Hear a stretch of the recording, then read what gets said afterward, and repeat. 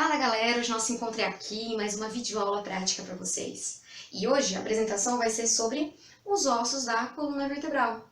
Para isso, eu trouxe as próprias vértebras para estar explicando sobre as características anatômicas de cada uma delas, bem como as relações que elas fazem aí, por exemplo, com os músculos. Então, um caderno e uma caneta na mão. Tá aí mais uma videoaula para vocês. Roda a vinheta!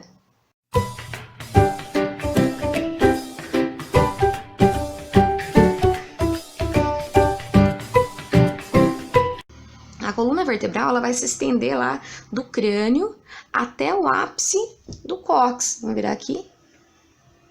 Olha lá, até o ápice do cóccix vai estar lá no finalzinho. A coluna vertebral ela vai ter aí no indivíduo adulto cerca aí de 72 a 75 centímetros de comprimento. E sendo que aproximadamente aí 1/4 desse comprimento é dado aí pelos discos intervertebrais, né? Que seriam esses discos que ficam entre uma vértebra e outra. Qual seria a função aí da coluna vertebral? Primeira função dela, ela vai estar protegendo a medula espinal e os nervos espinais. Olha uma prova disso. Os nervos espinais representados isso aqui ó, em amarelinho, tá? Então aí já tem a primeira função da coluna vertebral. Além disso, vai estar sustentando o peso do corpo do nível superior, né, à pelve. Então aí uma segunda função, a sustentação do corpo.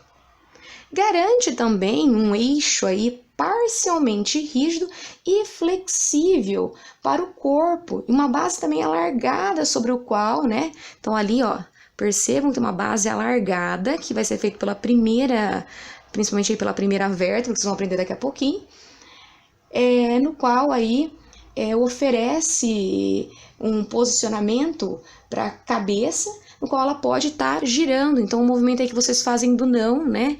Graças a essa base alargada aqui da coluna vertebral. Ela também tem um papel importante na postura e na locomoção. Por exemplo, o movimento aí de um local para outro. E aí, né, vocês estão vendo aí porque é chamado de coluna vertebral, porque nada mais é do que um empilhamento de vértebras. Mas quem seriam essas vértebras? Ao total, se eu pudesse somar aqui, seriam em torno aí de 33 vértebras. E elas estão divididas em 7 cervicais, seguidas por 12 torácicas, 5 lombares, 5 sacrais e aí 4 coxígenas. As sacrais aqui, vocês percebem que não dá para ter uma diferenciação, até porque representa uma coluna vertebral de um adulto. Então, já é fundido aí no indivíduo adulto.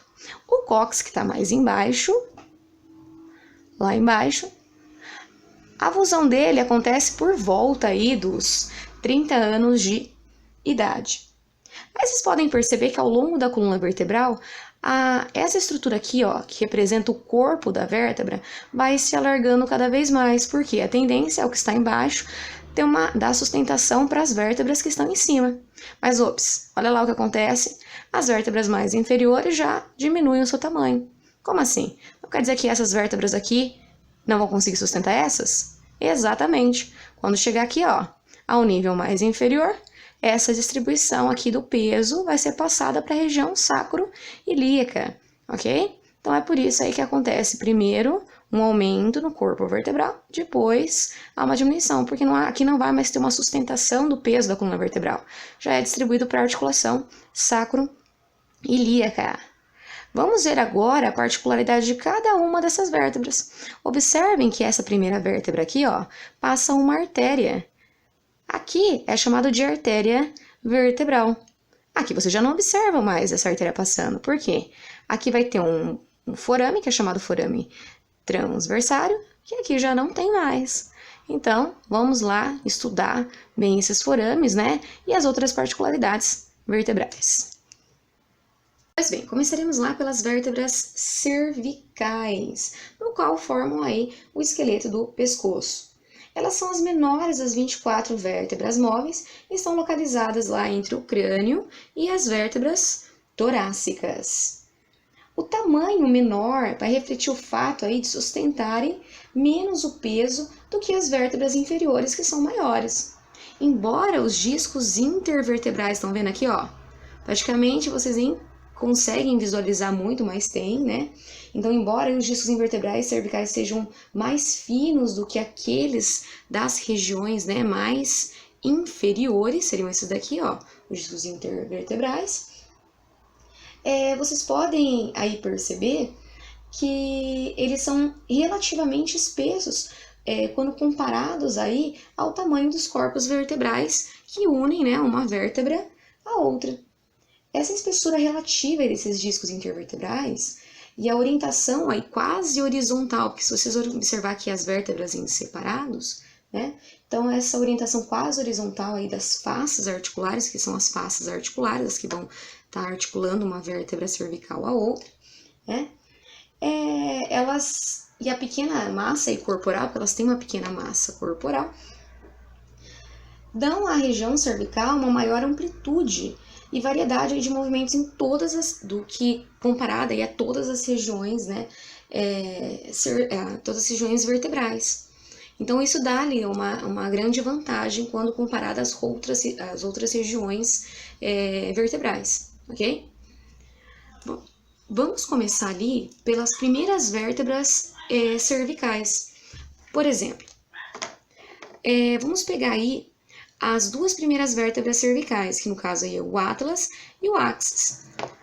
Essas outras duas aqui, ó, no caso que vai representar uma cervical típica e a última vértebra cervical, nós vamos deixar para falar depois, ok? Vamos tratar primeiro dessas duas vértebras aqui cervicais. Qual que é a função delas, né? No caso aqui, essa primeira, vocês vão estar ali observando que ela não tem um corpo vertebral, nem processo espinhoso, o forame vertebral dela vai ser bem largo, né? E tem como função principal aí a sustentação da cabeça. Mas também, inferiormente, ela vai estar se articulando com a segunda vértebra cervical para permitir movimento aí rotacional, tá? Então, vamos lá para a característica dela, que vem aí na sequência. Então, vamos lá, né? Aqui no caso é a primeira vértebra cervical. E aqui na vértebra cervical, no caso a atlas, vocês vão observar que esse osso, ele tem um par de massas que são chamadas aí massa lateral, ó. Dá para observar aqui pela câmera, que vai estar ocupando aí o lugar de um corpo, sustentando o peso do crânio globoso de maneira semelhante à forma como o Atlas, lá da mitologia grega, sustentava o peso do mundo sobre os ombros, ok? E os processos transversos aqui, ó, que são esses daqui, esse e esse aqui, tá? Eles originam-se das massas laterais, fazendo com que estejam posicionados lateralmente em relação às vértebras inferiores. Essa característica aí torna o atlas a mais larga das vértebras cervicais, o que vai proporcionar aí, né, maior alavanca para os músculos fixados. Aí com relação à parte aí, né, as faces articulares superiores, que seria essa aqui, né, caso essa aqui, face articular superior, são côncavas, né, e reniformes das massas laterais, elas articulam-se aí com duas grandes protuberâncias cranianas, que são os côndilos occipitais, nas laterais o forame magro, e aí também tem os arcos, que seriam esses daqui, né, o arco anterior e aqui o arco posterior. Cada um vai possuir um tubérculo, no caso aqui é o tubérculo anterior e aqui é o tubérculo posterior. O arco posterior, ele corresponde à lâmina de uma vértebra comum e tem um largo sulco da artéria vertebral, que no caso é esse aqui, ó. Né? Esse aqui é um largo sulco para a artéria vertebral em sua face superior, ó. Então esse aqui é o sulco, ok? E também aí o nervo C1, né, ele segue nesse sulco. Então essas são as principais aí particularidades dessa vértebra aqui, né? E além disso eu posso encontrar aqui, ó, que é chamada aí fóvea do dente, né? Porque ele vai estar se articulando com o dente do axis. E aí mais uma característica aí que vocês podem estar observando, esse forame transversário, que vai ser responsável aí, né, por deixar passar a artéria vertebral, bem como a sua veia correspondente. Aqui o forame vertebral para a medula espinal. E aqui, então, a face articular inferior. Ok? Essas são as principais características aí da primeira vértebra cervical. Então, ela aqui não tem corpo, ok? E nem processo espinhoso. Agora, eu já entro na segunda vértebra. A vértebra aqui, cervical, mas chamada de axis. É a mais forte das vértebras cervicais. C1 aí, né, que no caso é o atlas, que sustenta o crânio, gira aí sobre o C2. Quando a pessoa diz não, né, com a cabeça. Então, quando diz não com a cabeça, aí, ó, vai fazer esse movimento aqui, ok? O axis, ele vai ter duas grandes faces planas de sustentação. Essa aqui, que é a face articular superior, sobre os quais gira o atlas, né? E a característica que distingue aí o C2 é o dente. Esse dentinho aqui, ó, é o dente rombo, que se projeta do seu corpo, ó. Esse aqui é o corpo do axis, ok? Tanto o dente quanto a medula espinal, que vai estar aqui no interior, né? Eles são circundados aí, né, pelo atlas. Então, aqui, ó, estão vendo? Vai ser circundado pelo atlas. Então, tanto o dente quanto a medula espinal no seu interior, de seu revestimento, né, que no caso são as meninges, são circundadas aí pelo atlas. O dente ele vai se situar anteriormente à medula espinal, né? Então, a medula espinal vai estar aqui, o dente vai estar anterior. E serve como eixo em torno do qual ocorre a rotação da cabeça. Aí algumas particularidades que vocês podem obter aí com relação ao axis. Então, olha só, esse aqui é o dente do axis. Essa estrutura aqui é chamada de face articular posterior para o ligamento transverso do atlas. Essa estrutura aqui é a chamada face articular anterior para o atlas. Essas duas estruturas aqui são chamadas de face articular superior. Aqui a lâmina. Aqui é o forame vertebral para a medula espinal. Aqui é o processo transverso. Esse buraco aqui é o forame transversário, ok? E aí, também outras particularidades aí que vocês podem estar encontrando. Processo articular inferior. E aqui é a face articular inferior. Da onde está se projetando o dente é o corpo vertebral, ok? Então, essas são as particularidades aí do axis. E aqui o processo espinhoso. Percebam que a segunda vértebra cervical já tem processo espinhoso, bem como o corpo. Se vocês observarem aqui na coluna vertebral, vocês vão ver que todas entre uma vértebra e outra vai ter um disco intervertebral. Mas a pergunta que muitos fazem aí é por que entre a primeira vértebra cervical e a segunda vértebra cervical não há presença de um disco intervertebral?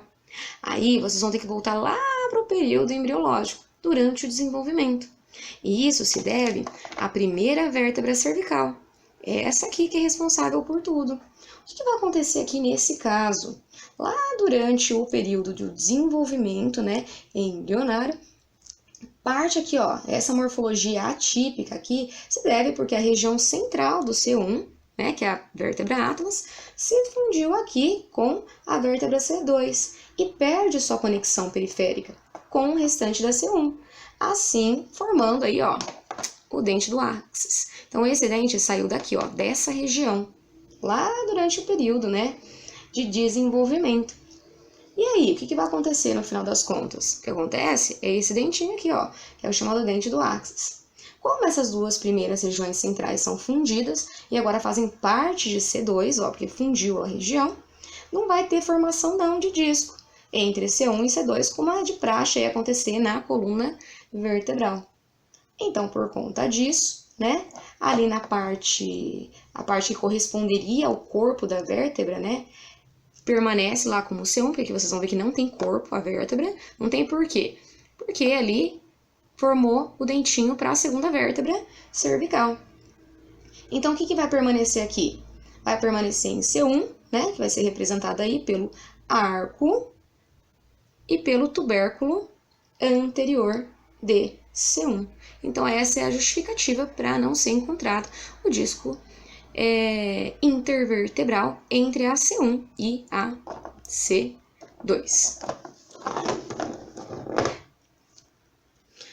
Dando continuidade aí, agora vamos ver aí as vértebras cervicais típicas, né? No caso aqui, representa uma vértebra a nível aí de 5, C5, a quinta vértebra cervical, mas é muito parecida com a 3 e a quarta. Essa aqui é a sétima, né, também semelhante, vai diferenciar um pouco aí no seu processo espinhoso, porque aqui, ó, é bifurcado, o sétimo, ela é proeminente, né, tanto que é muitas vezes chamada aí de vértebra cervical proeminente, porque o seu processo espinhoso não é bifurcado. Mas aí o que tá característica entre elas é esse forame aqui transversário, né, ó, tá aqui, forame transversário. Na verdade, aqui, esse forame transversário aí, né, as artérias vertebrais e suas veias acompanhantes atravessam os forames transversários, só que exceto na vértebra proeminente, que é essa daqui, onde dá passagem apenas a pequenas veias acessórias, né? Então, em C7, os forames são menores do que as outras vértebras cervicais e algumas vezes até ausente, ok? Então, os processos transversos das vértebras cervicais, elas vão terminar lateralmente agora, ó. Então, tá observando, vou pegar uma típica aqui, olha lá, né? Então, aqui, vocês podem estar observando. Vamos terminar em duas projeções, uma projeção anterior, que eu chamo de tubérculo anterior, e uma que é chamada aí de tubérculo posterior. Os tubérculos, eles vão dar fixação a um grupo de músculos cervicais laterais, como os levantadores da escápula e os escalenos. Os ramos anteriores dos nervos espinais cervicais, elas vão seguir inicialmente sobre os processos transversos, no sulco do nervo espinal, tá? Então, quem seria esse sulco do nervo? Então, no caso aí, quem seria esse sulco do nervo espinal? Esse aqui, ó. Esse é o sulco do nervo espinal, que tá aí entre os tubérculos. O tubérculo anterior aí da vértebra C6 já é chamado de tubérculo carótido, porque as artérias carótidas são comuns aí, podem ser comprimidas nesse local, no sulco entre o tubérculo e o corpo, para controlar o sangramento desses vasos. Então aí, num caso aí das vértebras C6, eu já não dou o nome aí de tubérculo, aqui no caso que são os dois tubérculos, de tubérculo dito como anterior, mas sim como tubérculos carótidos, porque as artérias carótidas, elas são comuns, né, de ser comprimidas nesse local, no sulco entre o tubérculo e o corpo, para controlar o sangramento desses vasos. O sangramento ele pode continuar em vista das múltiplas anastomoses, né, de ramos distais da artéria carótida, com os ramos adjacentes e contralaterais, porém eles são com menor aí intensidade. Mas aí, né, fica como curiosidade para vocês. Vamos dar continuidade às vértebras de C3 a C7. Elas são vértebras cervicais típicas, elas têm grandes forames, né? Mostra aqui, ó, seus grandes forames, tá? Então, tá aqui. Então, esses grandes forames vertebrais servem para acomodar a intumescência cervical da medula espinal, em consequência aí, né, do papel dessa região na inervação aí, né, dos membros superiores. E aí vocês podem estar observando, né, que na margem superior do corpo alongado, então tá aqui, ó, na sua margem superior desse corpo alongado, transversalmente aí das vértebras cervicais, são elevadas aí, no caso, posteriormente, em especial aí na parte lateral, mas são deprimidas anteriormente, assemelhando-se a um banco, né, ó, parece um banquinho, né, todo esculpido. Mas, enfim. Os seus processos espinhosos, né, das vértebras de C3 até C6, no caso aqui já é C7, ele não vai ter o processo bifurcado, né? Também chamado de processo espinhoso bífido, ó. Bífido, dividido aí, né? No geral aí eles são curtos e geralmente são bífidos em pessoas brancas, sobretudo em homens. Mas isso não é tão comum em pessoas de ascendência africana nem nas mulheres. Então tem uma certa diferença aí, né? No caso aí da vértebra C7, é uma vértebra saliente, como vocês podem observar aqui, ó, ela é saliente, caracterizada aí por um processo espinhoso longo. Olha o processo espinhoso dela, né? Bem longo. Em função desse processo aí saliente, né, a vértebra C7 ela é chamada de vértebra proeminente. Olha só um exemplo aí. Passa o dedo aí ao longo da linha mediana na face posterior do seu pescoço, até encontrar esse processo espinhoso. Vocês vão ver aí, né, vão sentir a vértebra C7. Então vai lá, passa o dedo ao longo da linha mediana, né, na região do pescoço, lá na região posterior do seu pescoço, você vai sentir uma estrutura aí saliente. Aí, que estrutura saliente é essa? É o processo espinhoso. E ele é mais proeminente em 70% aí das pessoas. Então, essas são as principais aí características, né, das vértebras cervicais. Ali, essas vértebras, elas têm características semelhantes à vértebra áxis, só que vai diferenciar aí no caso, porque ela não tem um dente, mas ela vai ter um corpo, tem um tubérculo, no caso aí os tubérculos, vai ter um tubérculo anterior, um tubérculo posterior, o forame transversário, face articular superior, face articular inferior, processo espinhoso, né? Aqui é uma C7, eu sei pelo processo espinhoso dela, que não é bifurcado, e o forame transversário é menor. Aqui é o forame vertebral, ok? Então, essas foram as cervicais apresentadas. Vamos lá, então, ver as características de uma vértebra torácica. Então, aqui nós temos as vértebras, né, representando aí uma das vértebras torácica, né, cuja função é se associar aí, né, com a costela, para a formação aí da caixa torácica. Nós vamos pegar aqui uma vértebra torácica típica e vamos apresentar algumas de suas características. Por exemplo, se eu pensar aqui nesse corpo, né, o corpo vertebral. Se olhar bem aqui, né, e tentar imaginar, vai ter o formato de coração. Uma ou duas fóveas costais para articulação da cabeça da costela, que está aqui, ó, são esses abaulamentos, fóvea costal superior e a fóvea costal inferior, essas fóveas costais aqui, né, que é para o tubérculo, que é para a cabeça da costela. E aí nós também temos o forame vertebral, que no caso aqui, esse forame vertebral, ele é circular e é menor do que os forames das vértebras cervicais e lombares. Agora os processos transversos, né? Então aqui são os processos transversos. E eles são longos e fortes e se estendem posterolateralmente.